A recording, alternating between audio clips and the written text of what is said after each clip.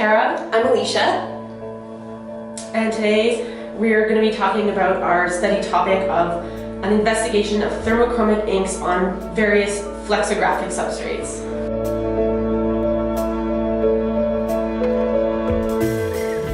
So thermochromic inks use a thermochromic pigment. So it's ones that either change color based on hot temperatures, or there's inks that change color based on cold temperatures, and the pigments get mixed into the ink to create an ink that can be used to make a product change color based on temperature.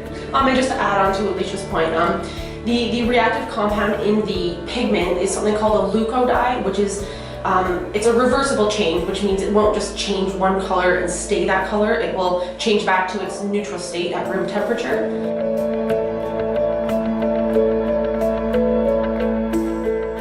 So the substrate that held the change in color the longest was corrugated board.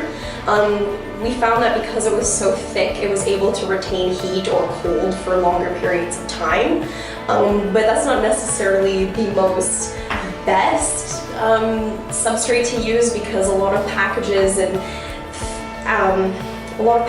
products don't use corrugated board. They use plastics or metals. So while it did hold the color the best, it's more useful to put thermochromic ink on a packaging type substrate.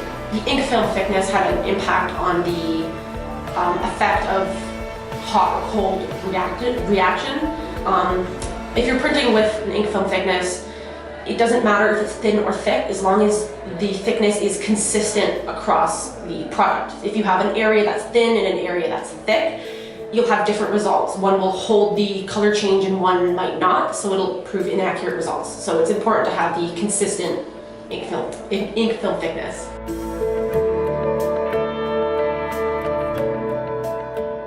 It's one of the main products I think it would be beneficial for is beverage packaging, because it's one of the few things, or many things, that consumers care if your product is hot or cold.